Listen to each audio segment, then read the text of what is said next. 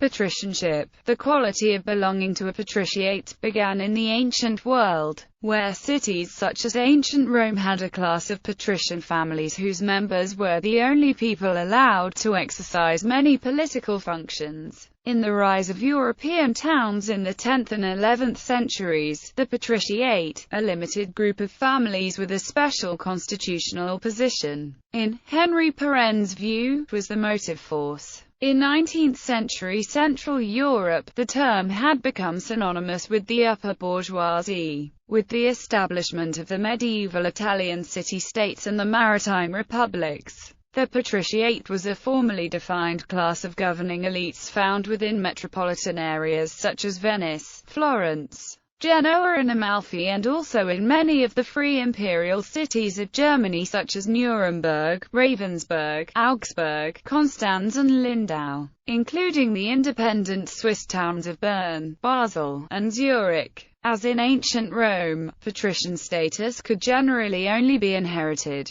However, membership in the patriciate could be passed on through the female line. For example, if the union was approved by her parents, the husband of patrician daughter was granted membership in the patrician societies Umsunfsen of the imperial free city of Lindau as a matter of right, on the same terms as the younger son of a patrician male, even if the husband was otherwise deemed socially ineligible. Accession to a patriciate through this mechanism was referred to as Erwerben. In any case, only male patricians could hold or participate in elections for most political offices. Often, as in Venice, non-patricians had next to no political rights. Lists were maintained of who had the status, of which the most famous is the Libro d'Oro of the Venetian Republic. From the fall of Hohenstaufen, city republics increasingly became principalities, like Milan and Verona, and the smaller ones were swallowed up by monarchical states or sometimes other republics, like Pisa and Siena by Florence. And any special role for the local patricians was restricted to municipal affairs. The few remaining patrician constitutions, notably that of Venice and Genoa, were swept away by the conquering French armies of the period after the French Revolution. Though many patrician families remained socially and politically important, as some do to this day, the term patrician is also used broadly in a number of European countries to refer to a social class until the late 19th or early 20th century.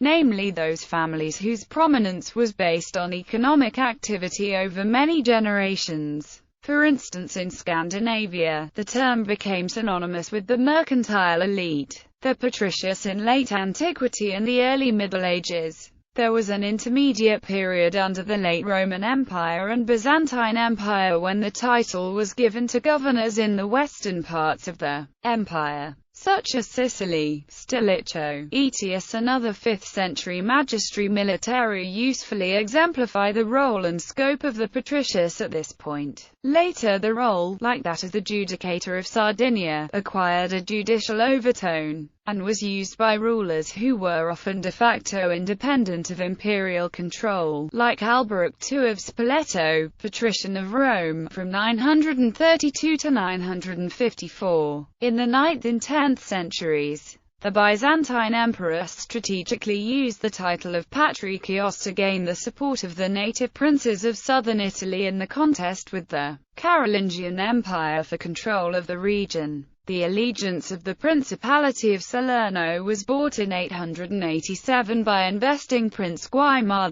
I, and again in 955 from Gisulfi. In 909 the Prince of Benevento, Landulfi, personally sought and received the title in Constantinople for both himself and his brother, Atenulf II, in forging the alliance that won the Battle of the Garigliano in 915. The Byzantine strategist Nicholas Pisingli granted the title to John I and Docibilis II of Gaeta and Gregory IV and John II of Naples. At this time there was usually only one patrician for a particular city or territory at a time. In several cities in Sicily, like Catania and Messina, a one-man office of patrician was part of municipal government for much longer. Amalfi was ruled by a series of patricians, the last of whom was elected duke. Formation of the European patriciates. Though often mistakenly so described, patrician families of Italian cities were not in their origins members of the territorial nobility, but members of the minor landowners, the bailiffs and stewards of the lords and bishops, against whose residual powers they led the struggles in establishing the urban communes. At Genoa, the earliest records of trading partnerships are in documents of the early 11th century. There the typical sleeping partner is a member of the local petty nobility with some capital to invest, and in the expansion of trade leading roles were taken by men who already held profitable positions in the feudal order, who received revenues from rents or customs tolls or market dues. Then in the 12th and 13th centuries, to this first patrician class were added the families who had risen through trade, the Doria, Segala and Leccheri in Milan. The earliest consuls were chosen from among the Valvassors, Capitania and Civis. H. Sarpari found the first patriates of Italian towns to usurp the public and financial functions of the overlord to have been drawn from such petty vassals, holders of heritable tenancies and rentiers who farmed out the agricultural labors of their holdings.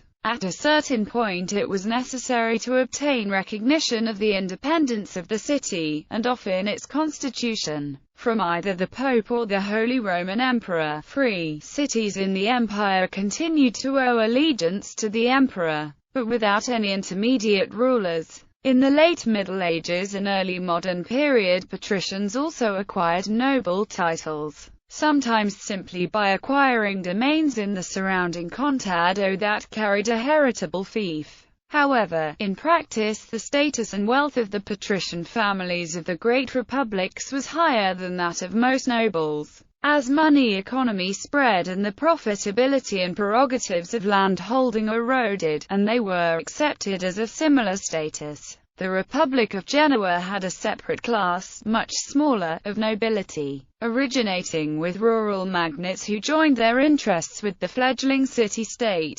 Some cities, such as Naples and Rome, which had never been republics in post-classical times, also had patrician classes, though most holders also had noble titles. The Republic of Ragusa was ruled by a strict patriciate that was formally established in 1332, which was subsequently modified only once, following the 1667 Dubrovnik earthquake. Subsequently, patrician became a vaguer term used for aristocrats and elite bourgeoisie in many countries. Transformations within patriciates. In some Italian cities an early patriciate drawn from the minor nobles and feudal officials took a direct interest in trade, notably the textile trade and the long-distance trade in spices and luxuries as it expanded, and were transformed in the process. In others, the inflexibility of the patriciate would build up powerful forces excluded from its ranks,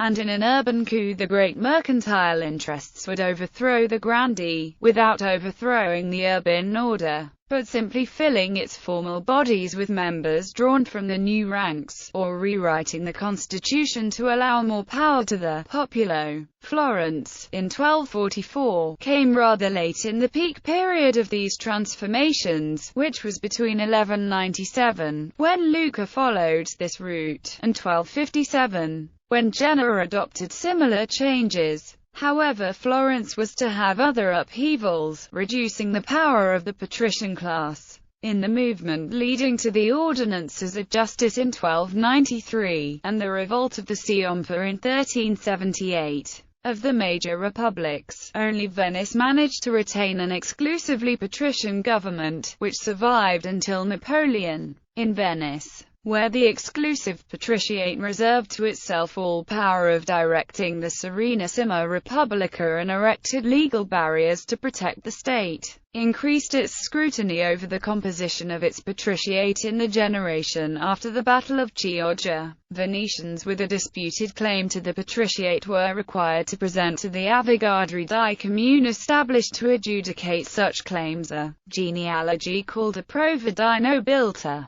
a test of nobility. This was particularly required of Venetian colonial elite in outlying regions of the Venetian thalassocracy, as in Crete, a key Venetian colony 1211 to 1669, and a frontier between Venetian and Byzantine, then Ottoman, zones of power. For Venetians in Venice, the prova di nobiltà was simply a pro forma rite of passage to adulthood, attested by family and neighbors. For the colonial Venetian elite in Crete, the political and economic privileges weighed with the social ones, and for the Republic, a local patriciate in Crete with loyalty ties to Venice expressed through connective lineages was of paramount importance. Recruitment to patriciates. Active recruitment of rich new blood was also a character of some more flexible patriciates, which drew in members of the mercantile elite through ad hoc partnerships in ventures, which became more permanently cemented by marriage alliances.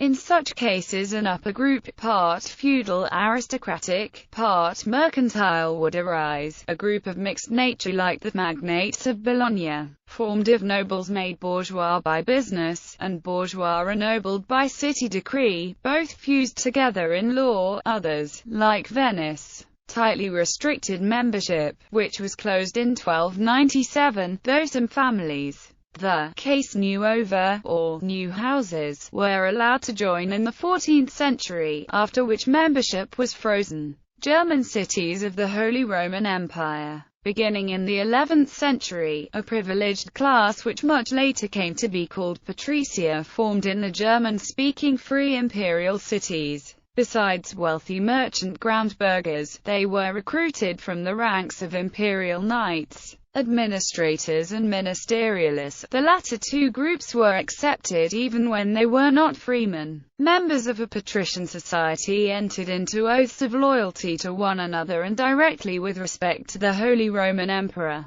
German medieval patricians did not refer to themselves as such. Instead, they organized themselves into closed societies and would point to their belonging to certain families or houses, as documented for imperial free cities of Cologne, Frankfurt am Main, Nuremberg. The use of the word patricia to refer to the most privileged segment of urban society dates back not to the Middle Ages but to the Renaissance. In 1516 the Nuremberg councillor and jurist Drive, Christoph Scheul, was commissioned by Dr. Johann Staupitz, the Vicar General of the Order of St. Augustine, to draft a P.Haack of the Nuremberg Constitution, presented on 15 December 1516 in the form of a letter. Because the letter was composed in Latin, Scheul referred to the Nuremberg houses as patrici, making ready use of the obvious analogy to the constitution of ancient Rome. His contemporaries soon turned this into the loan words patriciate and patricia for patricianship and patricians.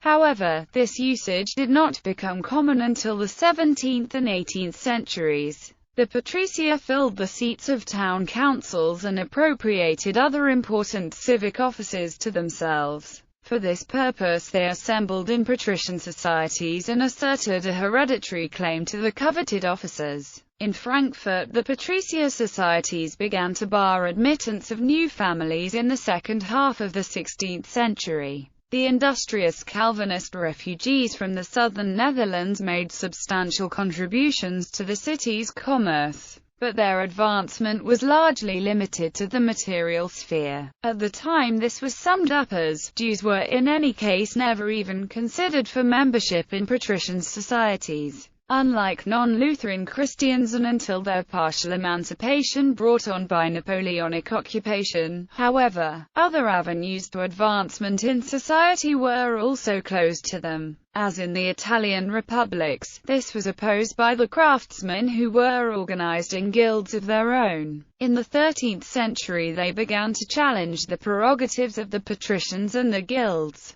Most of the time the guilds succeeded in achieving representation on a town's council. However, these gains were reversed in most imperial free cities through the reforms in 1551 to 1553 by Emperor Charles V, and patricians consolidated their exclusive right to city council seats and associated officers, making the patriciate the only families eligible for election to the city council. During the formative years of a patrician junker, it was common to pursue international apprenticeships and academic qualification. During their careers, patricians often achieved high military and civil service positions in the service of their cities and the emperor. It was also common for patricians to gain wealth as shareholders of corporations which traded commodities across Europe. In the territories of the former Holy Roman Empire, patricians were considered the equal of the feudal nobility. Indeed, many patrician societies, such as the Suenfsen of Lindau, refer to their members as noble, and themselves as of noble, or even high noble, societies.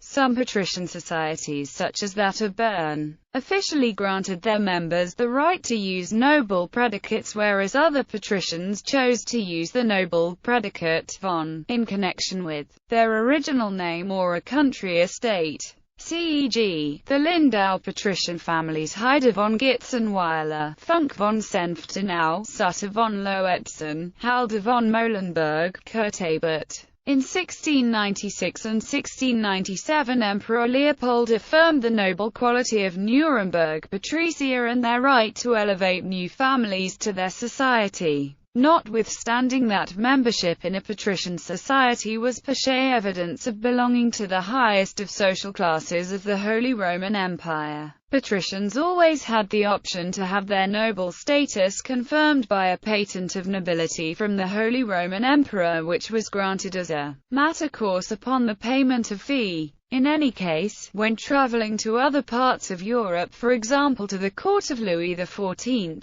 members of the patrician societies of imperial free cities were recognized as noble courtiers, as documented in the autobiography of Lindau, Suenfsen Junker Rudolf Kurtabert. The Holy Roman Empire ceased to exist in 1806, although not the arbiter of who belongs to the historical German patriciate. The modern genealogist's Handbuch des Adels, following appropriate review by the Fourth Chamber of the German Adelsrechtsausschuss or Noble Law Committee, will include families even without a title of nobility affirmed by the emperor, when there is proof that their progenitors belong to hereditary council houses in German imperial cities. To the extent patricians and their descendants chose to avail themselves of a noble predicate after 1806 and, therefore, without imperial affirmation, such titles and predicates would also be accepted by the German Adelsrechtsausschuss if acquired through a legal mechanism akin to adverse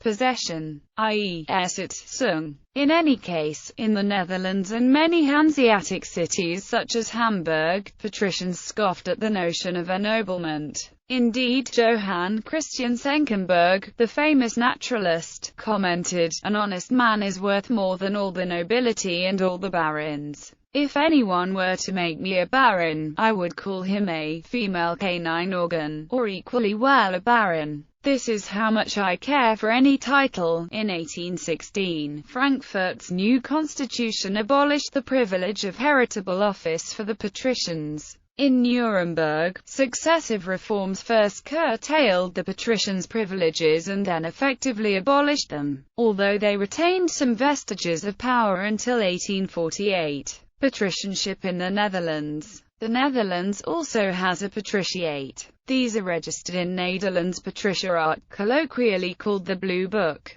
A listing can be found here. To be eligible for entry, families must have played an active and important role in Dutch society, fulfilling high positions in the government, in prestigious commissions and in other prominent public posts for over 6 generations or 150 years. The longer a family has been listed in the Blue Book, the higher its esteem. The earliest entries are often families seen as co-equal to the high nobility. because they are the younger branches of the same family or have continuously married members of the Dutch nobility over a long period of time. There are regentant families, whose forefathers were active in the administration of town councils, counties or the country itself during the Dutch Republic. Some of these families declined ennoblement because they did not keep the title in such high regard. At the end of the 19th century, they still proudly called themselves patricians. Other families belong to the patriciate because they are held in the same regard and respect as the nobility, but for certain reasons never were ennobled. Even within the same important families there can be branches with and without noble titles. Scandinavia. In Denmark, Norway, the term patricians came to denote a social class from, roughly, the 17th century until the 19th century, namely the mercantile elite in the cities, as opposed to the traditional land-based nobility. Many patrician families accumulated great wealth. In Norway, the patrician families were mostly based in the cities of eastern Norway, and many of them based their wealth on shipping and timber trade. Some patrician families also owned substantial land.